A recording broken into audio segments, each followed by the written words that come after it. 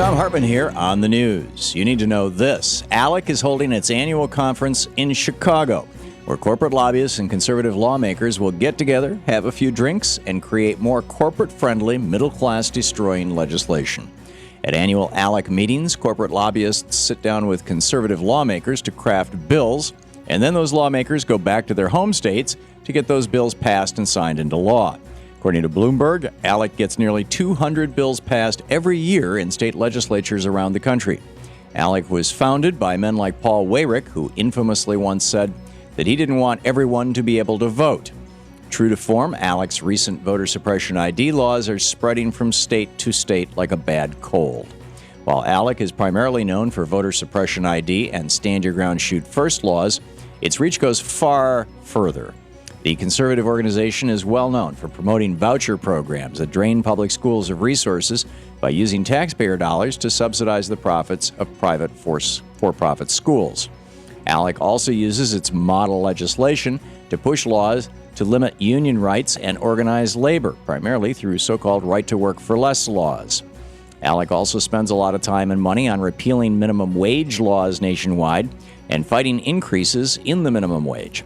And as of late, ALEC has taken to defending the bottom lines of big oil by creating model legislation that keeps us addicted to fossil fuels. According to the ALEC Exposed website, at least 77 bills have been introduced in 34 states so far this year that oppose renewable energy standards, promote fracking operations, and or support the Keystone XL pipeline. And ALEC is working right this minute to create more environment-destroying model legislation that will keep the oil industry and the Koch brothers rich. In screwed news, according to a Consumer Financial Protection Bureau analysis, there are over 7 million borrowers in default on a federal or private student loan, which means that about 1 in every 8 who have taken out student loans are in default on their debt. That is nearly triple the student loan default rate from a decade ago. According to the CFPB, the total balance of defaulted federal student loans, including interest, is $89.3 billion, money that could be going to strengthen our economy. So rather than put more Americans in student loan debt, shouldn't we stop federal student loans altogether and make college in America free again? And is it right that the government is profiting off of American students? In the best of the rest of the news, yesterday the U.S. government filed 2 civil lawsuits against Bank of America, accusing that big bank of investor fraud in its sale of $850 million in residential mortgage-backed securities.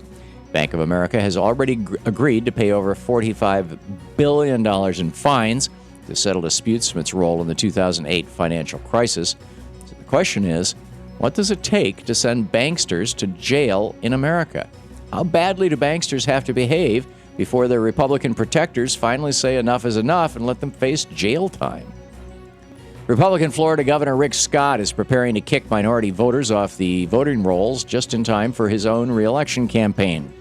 Last week, Florida's Director of Elections sent a letter to that state's election officials announcing that she is planning a new voting roll purge. If voters don't respond to a postcard verifying their citizenship within a certain time frame, they will be automatically removed from the voting rolls. According to state officials, the purge is supposed to stop non-citizens from voting, but civil liberties groups say it's really just a blatant attempt to prevent Democrat-leaning minority voters from heading to the polls. Florida tried a similar voting purge last year, but it had to stop the plan after it was revealed that its list of non-citizens was filled with, well, citizens. Serious question. Is there any voter law out there that hurts upper-middle-class white people?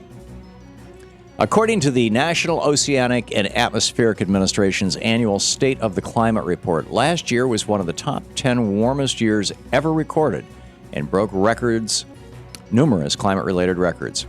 At a press conference yesterday, acting NOAA Administrator Catherine Sullivan said that the findings of the report show a new normal for the Earth and could help shape U.S. policy for addressing the impacts of climate change and global warming.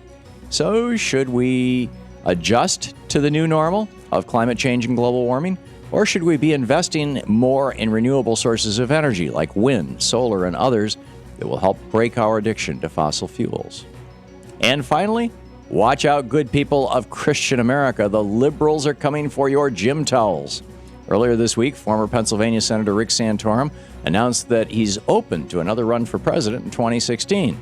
But it turns out that he's not so open when it comes to showering and working out with people from across the aisle. Santorum said, "Liberals make it uncomfortable to shower at the YMCA." In case you couldn't tell, when Santorum says liberal, he often means gay people. When someone is this obsessed with gay people, their preoccupation in all the ways they're going to try and grab him when he's in the shower, well, there's typically only one explanation. Musician Katie Goodman put it best in her song, "Probably Gay." Her lyrics say, while only 34% of non-homophobic were turned on by gay porn, a whopping 80% of the homophobic men were. Yes, I'm sorry to be the one that has to say it. If you're homophobic, you're probably gay. And that's the way it is today, Thursday, August 8th, 2013. I'm Thom Hartmann on the news.